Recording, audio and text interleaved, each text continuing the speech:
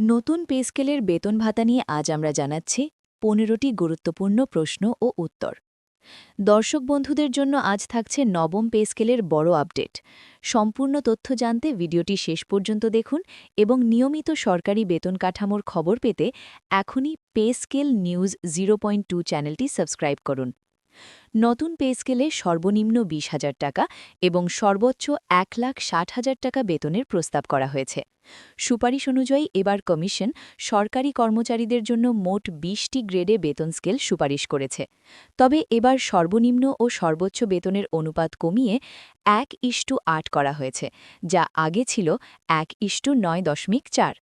এতে সর্বনিম্ন বেতন স্কেল ৮,২৫০ টাকা থেকে বাড়িয়ে ২০,০০০ টাকা করার প্রস্তাব দেওয়া হয়েছে। কমিশন প্রধান জাকির আহমেদ খান জানান, এসব বাস্তবায়ন করতে হলে ১,০৬,০০০ কোটি টাকার প্রয়োজন হবে। বর্তমানে ১৪ লাখ সরকারি কর্মচারী এবং ৯ লাখ পেনশনভোগীর জন্য সরকারের ব্যয় হচ্ছে ১,৩১,০০০ কোটি টাকা। তিনি আরও জানান, গত এক দশকে নিত্য প্রয়োজনীয় পণ্যের মূল্য বহুগুণ বৃদ্ধি পাওয়ায় জীবনযাত্রার ব্যয় নির্বাহ কঠিন হয়ে পড়েছে। এই প্রেক্ষাপটে বিভিন্ন অংশীজনের সঙ্গে অনলাইনে ও অফলাইনে ১৮৪টি সভা এবং ২,৫৫২ জনের মতামত গ্রহণ করে এই বাস্তবমত সুপারিশ প্রণয়ন করা হয়েছে। এখন চলুন জেনে নেওয়া যাক পে স্কেল নিয়ে ১৫টি গুরুত্বপূর্ণ প্রশ্ন ও উত্তর। নবম পে স্কেল কবে কার্যকর হবে? কমিশনের প্রতিবেদন জমা দেওয়া হয়েছে ২১ জানুয়ারি ২০২৬ তারিখে। এখন সরকার একটি বাস্তবায়ন কমিটি গঠন করবে। কমিটির পর্যালোচনার পর গেজেট প্রকাশ হলে এটি কার্যকর হবে। প্রশ্ন ২। নবম বেতন স্কেলে সর্বনিম্ন বেতন কত সুপারিশ করা হয়েছে? ২০তম গ্রেডের সর্বনিম্ন বেতন ৮,২৫০ টাকা থেকে বাড়িয়ে ২০,০০০ টাকা করার সুপারিশ করা হয়েছে। প্রশ্ন ৩। সর্বোচ্চ বেতন কত টাকা হতে পারে? ১ নম্বর গ্রেডে সর্বোচ্চ বেতন ৭৮,০০০ টাকা থেকে বাড়িয়ে ১,৬০,০০০ টাকা করার প্রস্তাব দেওয়া হয়েছে। প্রশ্ন ৪। সরকারি কর্মচারীদের টিফিন ভাতা কত বাড়বে? ১১তম থেকে ২০তম গ্রেডের কর্মচারীদের টিফিন ভাতা ২০০ টাকা থেকে বাড়িয়ে ১,০০০ টাকা, অর্থাৎ ৫ গুণ করার সুপারিশ করা হয়েছে। প্রশ্ন ৫। স্বাস্থ্য বীমা কি বাধ্যতামূলক করা হচ্ছে? কমিশন সব সরকারি কর্মচারীর জন্য স্বাস্থ্য বীমা চালুর জোরালো সুপারিশ করেছে, যা আগে ছিল না। প্রশ্ন ৬। বেতন বৃদ্ধির হার কত হতে পারে? গ্রেড ভেদে মূল বেতন প্রায় ১০০% থেকে ১৪০% পর্যন্ত বৃদ্ধির সুপারিশ করা হয়েছে। প্রশ্ন ৭। প্রতিবন্ধী সন্তান থাকলে কি আলাদা ভাতা পাওয়া যাবে? হ্যাঁ, প্রতিবন্ধী সন্তান থাকা কর্মচারীদের জন্য সন্তান প্রতি মাসিক ২,০০০ টাকা ভাতার সুপারিশ করা হয়েছে, সর্বোচ্চ ২ সন্তান পর্যন্ত। প্রশ্ন ৮। পেনশনভোগীরা কি নতুন স্কেলের সুবিধা পাবেন?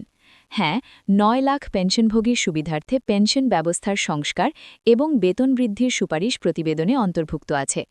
প্রশ্ন ৯। প্রাথমিক শিক্ষকরা বেতন কত বাড়বে? প্রাথমিক শিক্ষকরা তাদের বর্তমান গ্রেড অনুযায়ী নতুন স্কেলে বড় অঙ্কের বেতন বৃদ্ধির সুবিধা পাবেন, যেমন ১৩তম গ্রেডে মূল বেতন ১১,০০০ টাকা থেকে ২৪,০০০ টাকা হতে পারে। প্রশ্ন ১০।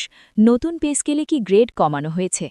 না, বর্তমানে প্রচলিত ২০টি গ্রেডই বহাল রাখার সুপারিশ করা হয়েছে, তবে গ্রেডগুলোর মধ্যে বেতনের ব্যবধান বা বৈষম্য কমানো হয়েছে। প্রশ্ন ১১। ইনক্রিমেন্ট কি আগের মতোই থাকবে? মূল বেতন বাড়লে বাৎসরিক ইনক্রিমেন্টের টাকার অঙ্ক আনুপাতিক হারে বাড়বে, তবে ইনক্রিমেন্টের হার বাস্তবায়ন কমিটি চূড়ান্ত করবে। প্রশ্ন ১২।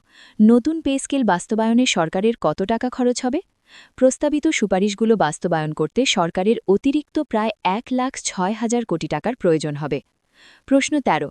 ১১তম থেকে ২০তম গ্রেডের কর্মচারীদের বিশেষ কী সুবিধা আছে? এই গ্রেডগুলোতে বেতন বৃদ্ধির হার তুলনামূলক বেশি এবং টিফিন ভাতাসহ অন্যান্য আনুষঙ্গিক সুযোগ সুবিধা বাড়ানোর ওপর জোর দেওয়া হয়েছে। প্রশ্ন ১৪। সশস্ত্র বাহিনী ও বিচার বিভাগের জন্য কি আলাদা কমিশন হবে? হ্যাঁ, বেসামরিক সরকারি কর্মচারীদের প্রতিবেদন জমার পর সশস্ত্র বাহিনী ও বিচার বিভাগের জন্য আলাদা বেতন কমিশন চূড়ান্ত করার প্রক্রিয়া শুরু হবে। প্রশ্ন ১৫। সচিবদের বেতন কি ২০তম গ্রেডের বাইরে হবে? প্রতিবেদনে মন্ত্রিপরিষদ সচিব ও জ্যেষ্ঠ সচিবদের জন্য ২০টি ধাপের বাইরে একটি বিশেষ ধাপ তৈরির প্রস্তাব করা হয়েছে। এবার এক নজরে নবম পে স্কেল।